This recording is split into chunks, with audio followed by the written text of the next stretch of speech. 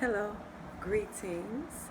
This is Wanda, and this is Diaspora Connect. Thank you for tuning in, or from Babylon to the Promised Land, or Diaspora Connect LLC.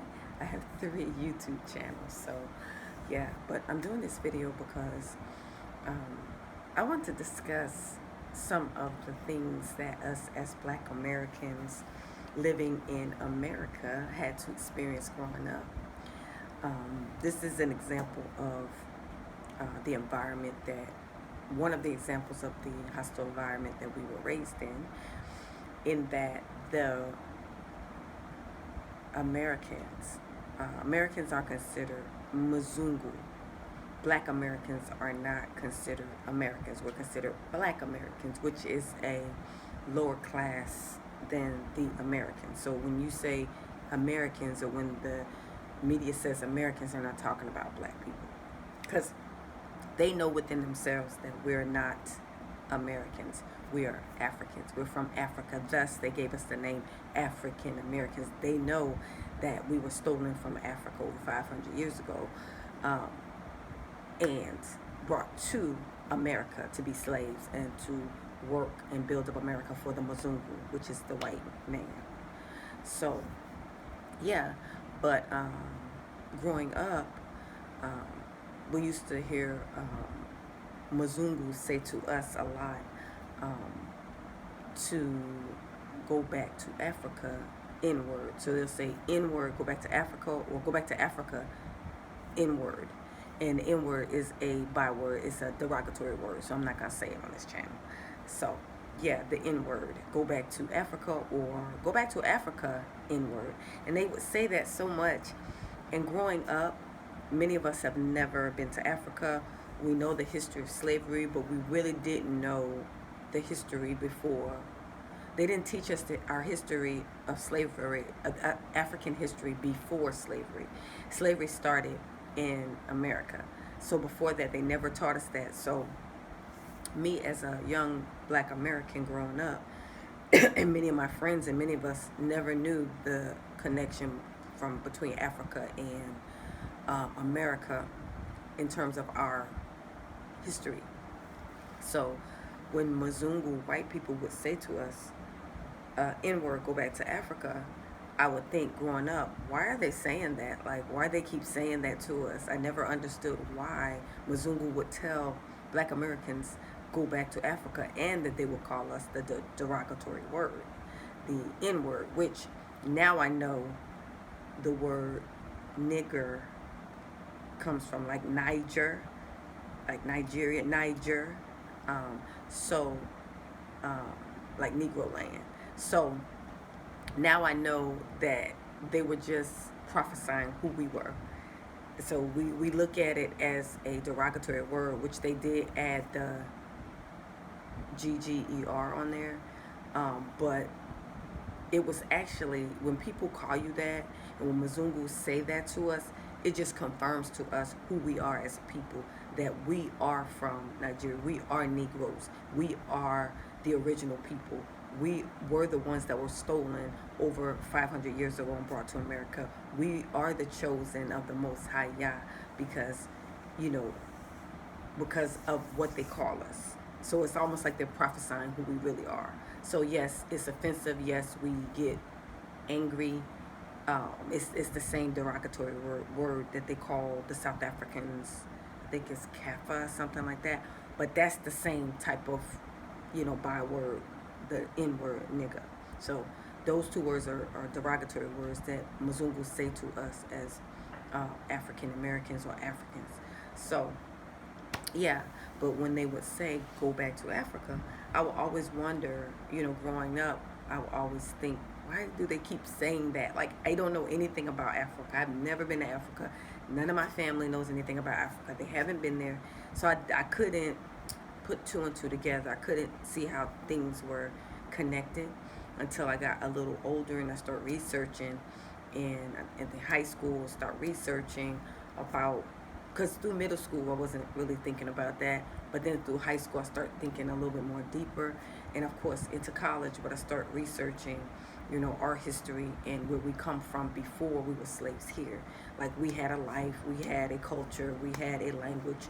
We were stolen from our homes and brought to America to be slaves. So initially, we're not a born bred slave, which is what they try to tell us we were, and that's what they teach us in school, which is why African American studies is so important to be taught in America, which they're trying to fight that, because the truth is going to come out that we actually were trafficked. We are the ultimate trafficked people who were stolen from another land and brought against our will to America to be slaves and work for Mzungu and build up their country, which is what we did. So America is built, if you didn't know, off of the back of slaves. When we say that, meaning, all the big companies was built off of our blood, sweat, and tears, that we worked for them for free. For many, many, many years, we worked for them for free. No wages. So we worked till we died. From birth to death, our children were. Then our families were torn apart, ripped apart, children given away. As soon as we would have kids, they would steal them and take them and sell them. We were sold like cattle. We were looked at as property and not human beings. So that's why in the American U.S. Constitution, the African American or the slave is considered 1/3 of a human, which is what they consider us, African Americans, 1/3 of human, which is why we are a lower class citizen in America, which is why we are a second class citizen and called Black Americans instead of Americans. So this is an example. If I'm here in Tanzania, for example, if something were to happen here and there were Americans here, and the U.S. would request that their citizens would come back to America, and they would send like a plane or something to get their people. Now, they would not get me. They wouldn't pick me up. They will only get Americans, and Americans are Mzungu. They're not black. They're not black people or African people. They're Mzungu. So they will only take back their Mzungu Americans. They wouldn't take back me, because they know that we originate from Africa.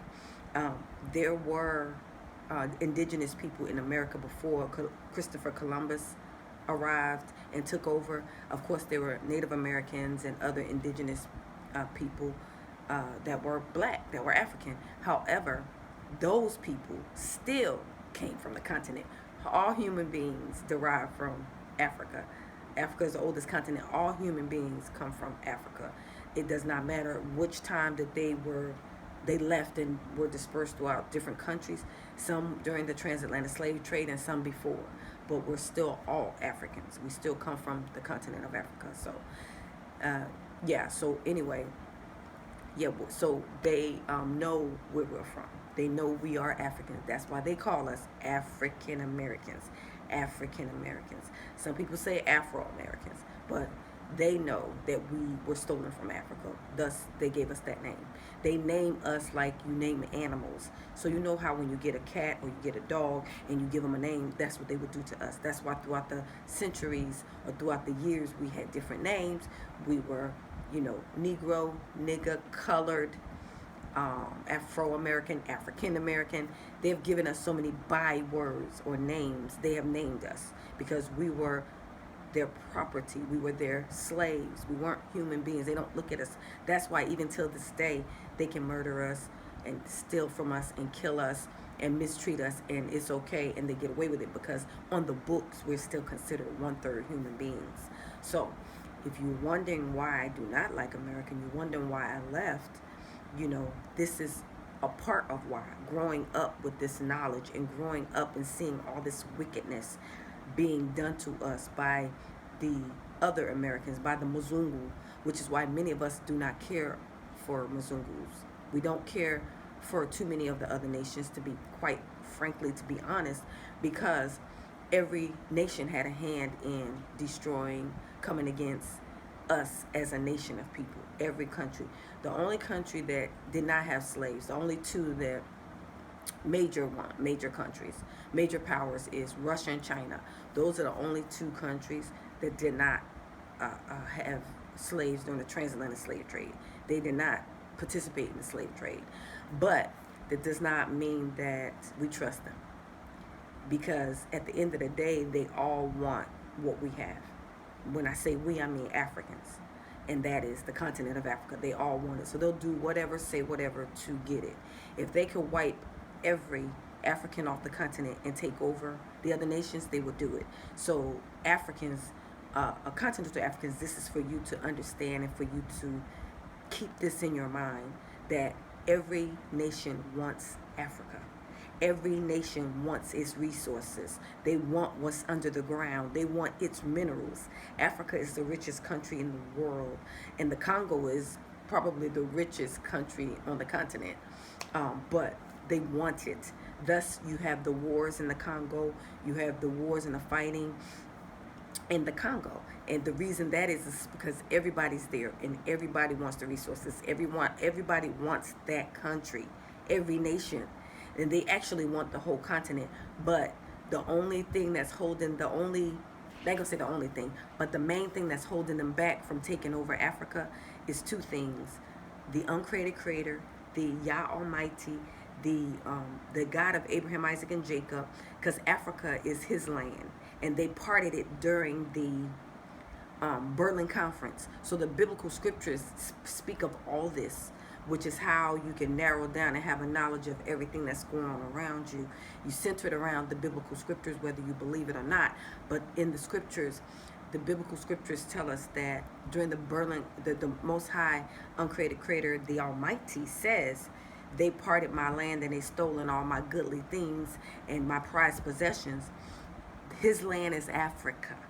And the Berlin Conference is when all the nations cut it up and decided they want to take these specific countries. So that's why you have, Ghana speaks English, and you have certain countries that are francophone countries. Certain countries speak English. The Congo and Angola, certain countries speak Portuguese, because these different countries came in to cut and chop it up to take it and claim it, which was not theirs to claim. It belongs to the Almighty, the great I am. I say his name is Ahaya, Ashar Ahaya. I am that I am in Hebrew. So, yeah. But anyway, going back to why my story as far as growing up, I used to always wonder why they would say to us growing up, Mzungus would say, N-word, nigger, go back to Africa. They would always say that. But it's funny because now that we're awakening to who we truly are and who we're created to be, and then we're going to we're doing research on our roots before slavery, who we were before slavery, and that is considered black history to us, instead of just black history in America, just only the American history of the slaves and the accomplishments that we have accomplished in America. We're going back a little bit further to the beginning, meaning to our home or our land or our lives before we were taken, stolen away, trafficked. We were trafficked. We were the first human beings that were trafficked from our mama land to other countries. We were dispersed throughout the four corners of the earth. So if you look at the map of the transatlantic slave trade from Africa, you see it dispersed to all these different countries: Brazil, Portugal, these different Caribbean islands, America, different countries. You'll see how we were dispersed, but we were stolen from initially from America, Africa, and dispersed. So when you see black Americans and we say to you that we are African, we're from Africa, we're talking about that we originate from here. Of course, we've been gone over 500 years ago, so we don't know our culture, our tribes, our languages, or anything of that sort. Yet we have a desire, we have a call, we're being pulled back home to Mama Africa to find out who we are and who we were created to be. Well, we want to find out who our people are, like our tribes, our languages, our culture. We want to find that out. Now, we know who we are through the biblical scriptures, that we are the chosen of the Most High Yah. We are the God, Most High God. We are the apple of his eye. We are the ones in the biblical scriptures that the scriptures talk about. The biblical scriptures are our history book, even though Mzungu tampered with it and they changed up a lot of things. But we can read it and decipher what is truth and what is not true.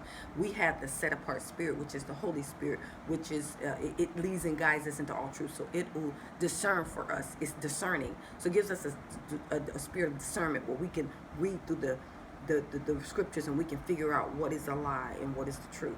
So we're not going to throw the whole biblical scriptures away because it was tampered with. We do understand that it was tampered with. Names were changed, just like as the maps. Everybody knows that the maps were changed. If you don't know, go back, way back to the ancient maps, and you'll see, and go from the ancient maps all the way up until now, and you'll see the changes that have occurred over the years. The Mzungu and other nations have changed the maps, and they changed times and dates and locations and everything. So you have to have the spirit of discernment. You have to have the set-apart spirit in you, because the set-apart spirit dwells in you, and he will lead and guide you into all truth. So he will reveal to you the truth that's a lie. So you kind of sifting through, trying to figure out what the truth and what a lie is. So that's what we're doing at this point in terms of the scriptures, in terms of the maps, in terms of just different information that was presented. We have to filter through it all. So basically, we have to scrap everything we've ever learned and go back and relearn everything and find out what the truth is. We have to search it out. You know, even the scriptures tell us that it's up to the kings to search out the truth. You have to search it out. It's not going to be laid out before you, because there have been so many plans and plots against the chosen of the Most High Yah. Psalm 83, all the nations plotted together to make sure that the name of Yeshaya, the name of Yasharal, the name of Yasharal, Israel, would be no more remembered. So they plotted and cooped together to change our name, get rid of our ensign, our flag. We had a flag, we had an ensign. So we don't know what it is. We're trying to figure it out. I know they got it, they changed it, they twisted it, they did something, but the Most High, uncreated, created, will reveal all of that to us. Knowledge is increasing as these days are, as the days are ending, as time is going by. Knowledge and wisdom is increasing in the earth, so we're being revealed truth. Truth is being revealed to us. So that being said, yeah, everything has been changed. So we have to research it. We're realizing maps have been changed. So even with the continent of Africa, some people say it was flipped. Like it's flipped, they flipped it. So it's really the opposite way. It's really like South Africa is at the top, and the Morocco, the northern Africa is at the bottom. So that has been said. If that's the case, then that means that the real Jerusalem is not where we think it is. It's not the newly created Israel with where the Israelis live. Those are Ukrainian Russians. They're not the seed of Abraham. They're not the chosen of the Most High. They're not the biblical seed of Abraham. So those are people who were created. They were converted to Judaism. The Messiah, and it was never practiced Judaism. He follows the Ten Commandments, the laws and statutes and commandments of the Ten Commandments. That's not Judaism.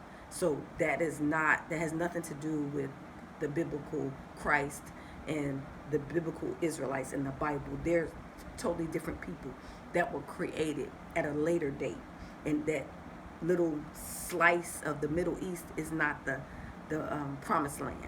It's not the land. So just know that that's not true. So we have to research these things.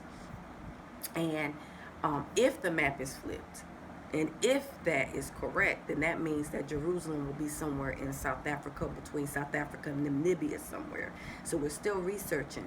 And then also, I believe personally that in the Congo there's something. The Congo is the richest country in Africa, and it's the center of the continent.